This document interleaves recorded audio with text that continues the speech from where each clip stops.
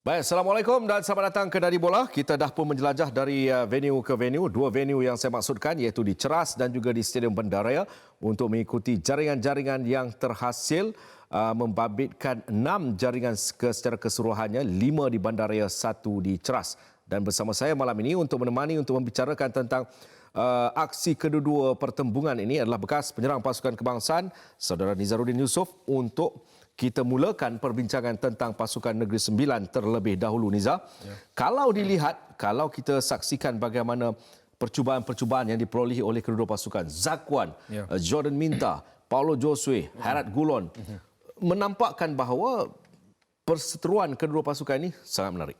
Ya, saya pernah berkata sebelum ini, pasukan Negeri Sembilan mempunyai attacking force yang cukup baik. Malam ini mereka telah membuat 10 attempt dan 4 on target. Jadi saya rasa dengan ball possession juga mereka lebih. Saya rasa malam ini mereka bermain dengan cukup baik, tetapi ya mungkin luck berpihak kepada pasukan KL City. Okey, saya nak sentuh sedikit bagaimana Devon hari ini, kalau dilihat kepada angka-angka yang diletakkan ataupun formasi itu 3-5-2 dengan meletakkan kekuatan 5 pemain di bahagian midfield. Betul. Diketuai oleh Yasir Pinto, Omid, Haris Kamarudin, Zamri Ramli dan juga Cik Rashid di sebelah sayap. Saya rasa intention Devon adalah untuk setidak-tidaknya pulang dengan satu mata. Betul, saya setuju. Ada 7 pemain bahagian attacking.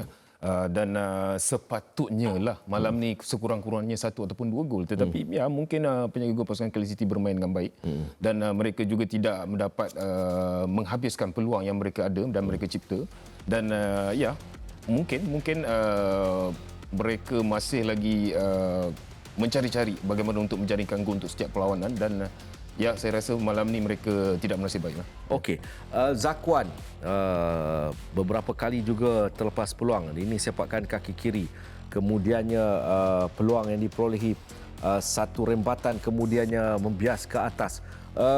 Pada ketika serangan-serangan ini dilakukan, saya dapat melihat bagaimana walaupun hari ini Boyan melakukan menggunakan formasi tradisional iaitu 4-4-2, Giancarlo dan juga Irfan Zakaria, Kamal Azizi dan juga Declan Lambert, masih ada goyahnya di bahagian pertahanan dapat kita saksikan kerana beberapa kali crossing, beberapa kali through ball yang dilakukan. Cuma seperti yang anda katakan, kegagalan bahagian strike force. Ya, sepatutnya disudahkan dengan mungkin 1 atau 2 gol, dan kita boleh nampak tadi Zakwan mempunyai peluang juga, tetapi ya saya faham bukan senang untuk membuat percubaan sebegitu rupa lah.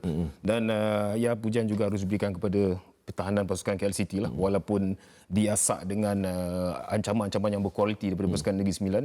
Tetapi masih lagi mereka berjaya mengekalkan momentum kemenangan daripada hari itu Piala AFC. Okey, kita alihkan sedikit kepada pasukan KL City.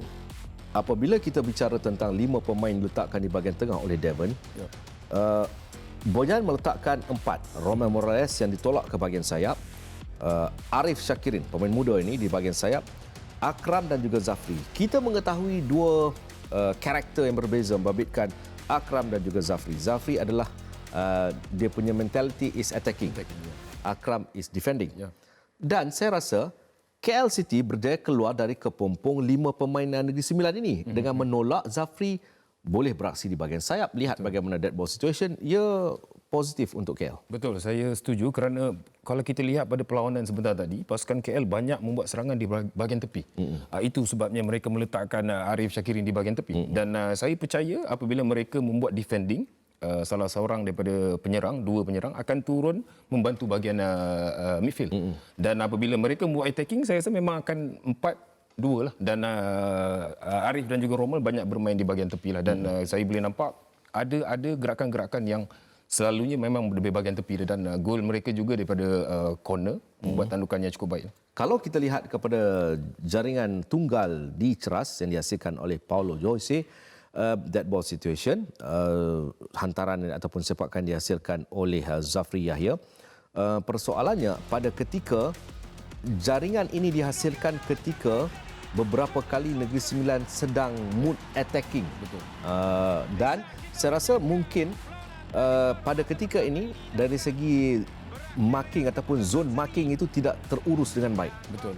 Kerana apabila mereka kerap membuat attacking, Kadang-kadang mereka leka di bahagian defending dan pasukan KL City berjaya mendapat sepakan corner dan satu hantaran yang cukup baik. Paulo Josue membuat satu tandukan yang saya rasa cukup padu dan juga ada pemain pertahanan pasukan Negeri Sembilan FC membuat cabaran, tetapi beliau membuat lompakan yang lebih awal untuk menanduk bola itu. Okey, saya gunakan perkataan daripada Niza, lompatan awal.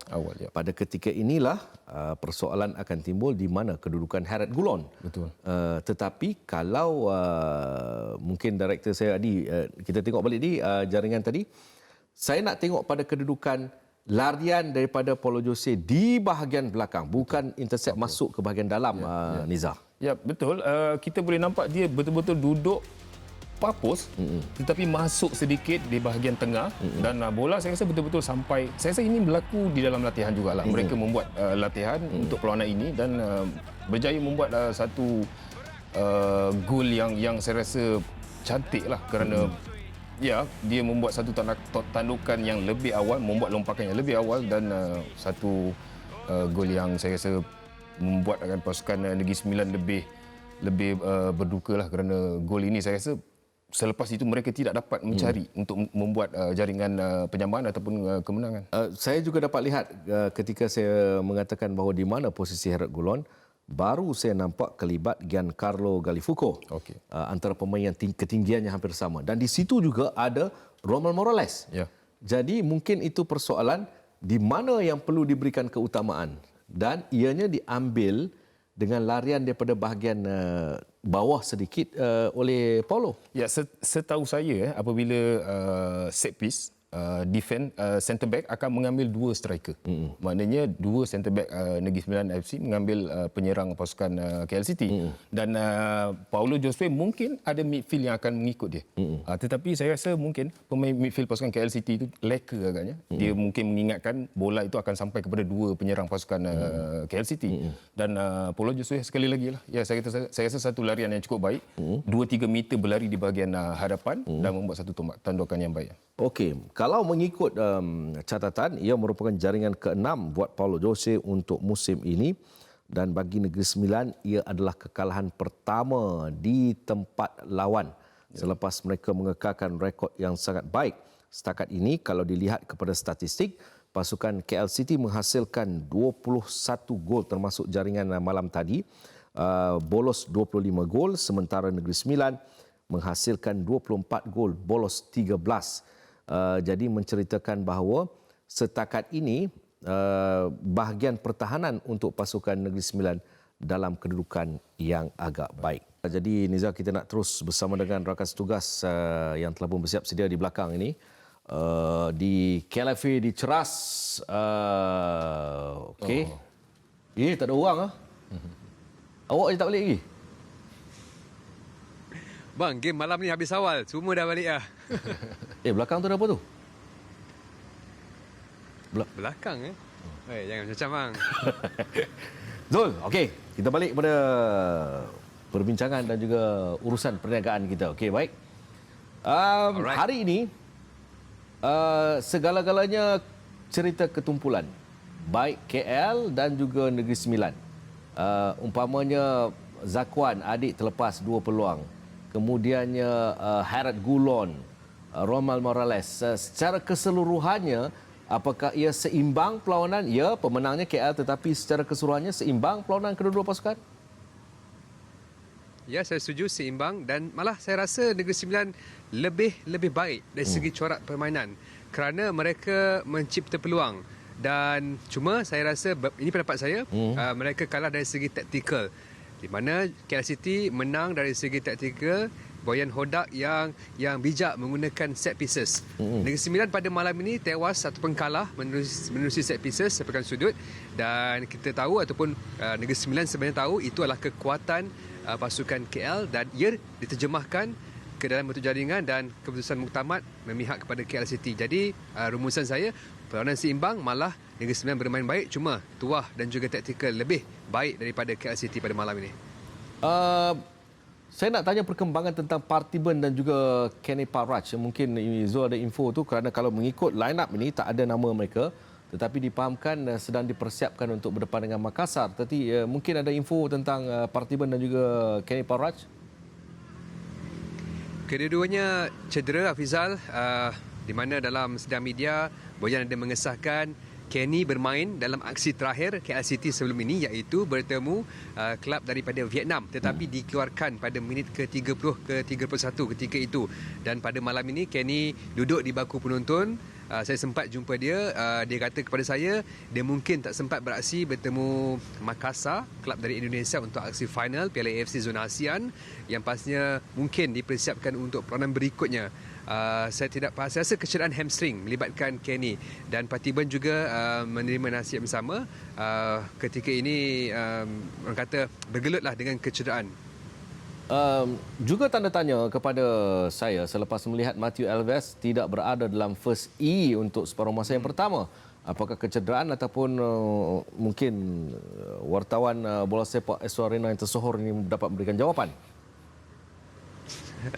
Dia apa yang diberi tahu kepada saya adalah dari segi lebih kepada part of tactical, Hafizal. Okay. Pasukan Negeri Sembilan menurut Devon mempunyai perlawanan yang agak rapat berbanding pasukan lain. Kalau kita ambil contoh pasukan KL misalnya. Dan bagi Devon, beliau terpaksa membuat rotation pemain, dan pada malam ini beliau menggunakan Gustavo Almeida di posisi penyerang bersama Yashir Pinto dan juga Zakwan Adaha, di mana Yashir dan Zakwan tidak beraksi dalam peranan terakhir mereka sebelum ini. Kalau kita ingat ketika mereka menang bertemu PJ City sebelum ini, pada ketika itu Matheus Alves dimainkan bersama, tak silap saya, Sean Eugene Selvaraj. Jadi pada malam ini kedua-duanya tidak beraksi dalam first 11, tetapi Matheus Alves diletakkan. Saya juga tertanya dengan situasi ini, adakah Matheus Alves berada dalam keadaan off form ataupun sebagainya, tetapi tidak. Jelas Devon mengatakan kepada saya adalah dari segi ataupun melibatkan aspek rotation yang terpaksa dilakukan berikutan jadual boleh dikatakan padat bagi skuad Jang. Okey, Nizaruddin ada soalan untuk Zul? Zul, saya nak tanya centre back KL dua orang, pemain yang sama bermain pada separuh akhir tempoh hari. Saya perhatikan malam ni mereka bermain dengan cukup baik juga. Jadi apa pendapat Zul? Ivan Zakaria dan juga Giancarlo. Ya.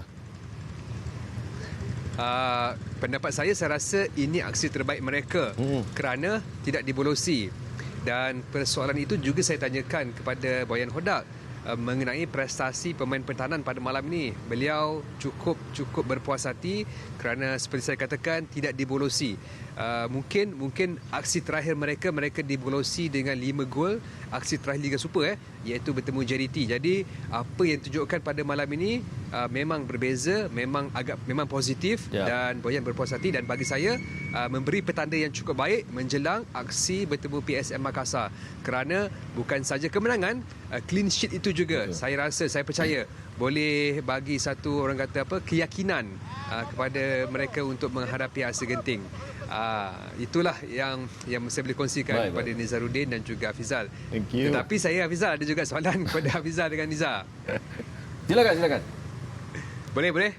Okey. Situasi pasukan Negeri Sembilan pada malam ini, saya lebih menumpukan kepada Negeri Sembilan. Tidak berpeluang untuk meminta Sabah di kedudukan kedua. Kalau menang mereka minta Sabah. Jadi apa pendapat Nizaruddin tentang peluang ataupun bagaimana agaknya pandangan anda tentang kemampuan Negeri Sembilan untuk muncul naib juara selepas keciciran mata pada malam ini? Ya, saya rasa kerugian lah malam ni mereka tidak dapat mungkin 1 poin lah. Tetapi untuk 6-7 perlawanan yang terakhir ni saya percaya pasukan Negeri Sembilan dengan momentum mereka saya rasa cukup baik. Sebelum perlawanan pada malam ini mereka telah menang 4 perlawanan berturut-turut. Dan saya juga percaya attacking force pasukan Negeri Sembilan juga cukup bagus sekarang ni. Jadi ya, saya rasa mereka mampu kok untuk mengejar pasukan Sabah ataupun meminta pasukan Sabah. Mungkin persaingan atau perseteruan ini akan kita dapat saksikan di penghujung dalam 2 atau 3 perlawanan yang terakhir, Zul. Itu pendapat saya dan juga Nizaruddin. Hafizal, bila mention pasal momentum yang dibawa oleh pasukan Negeri Sembilan menerusi 4 kemenangan sebelum ini, saya berpendapat kekalahan hari ini mungkin faktor tiada tuah ataupun tak ada ong oleh produser Nadi Bola pada malam ini mungkin. Ya, Anda setuju? saya setuju. Produser yang bertugas Nadi Bola ni daripada Negeri Sembilan, namanya Akbar Sari. Saya rasa kekalahan yang sukar untuk diterima pada hari dia bertugas. Ya. Zul, Betul. sebelum... Selepas 4 perlawanan kan menang kan? Yap. Kalau tidak dia datang ofis, Zul, tak ada kerja lain lah. Bingit telinga dengar. Okey Zul, sebelum kita berpisah Zul, di udara, Okey, alright. saya nak minta permintaan satu dekat Zul lah. Zul pusing sebelah kiri Zul. Sebelah kiri. Nampak tak bola tu lampu tak ada? Tolong bagi tahu dekat KLFA. Tu perkataan stadium bola tu. Tolong bagi tahu. Nadi Bola okey. Lampu bola tu sebenarnya kena ada lampu. Yang lain tak ada lampu tak apa. Oh, orang tahu stadium Ha. Pihak stadium saya rasa saya kenal individu itu, mungkin saya boleh sampaikan kepada okey. pihak berkenaan. Zul, terima kasih banyak Zul. Sebab apa produser saya cakap cukup. Hafizal, thank you. Baik. Jumpa Okey. lagi. Baik.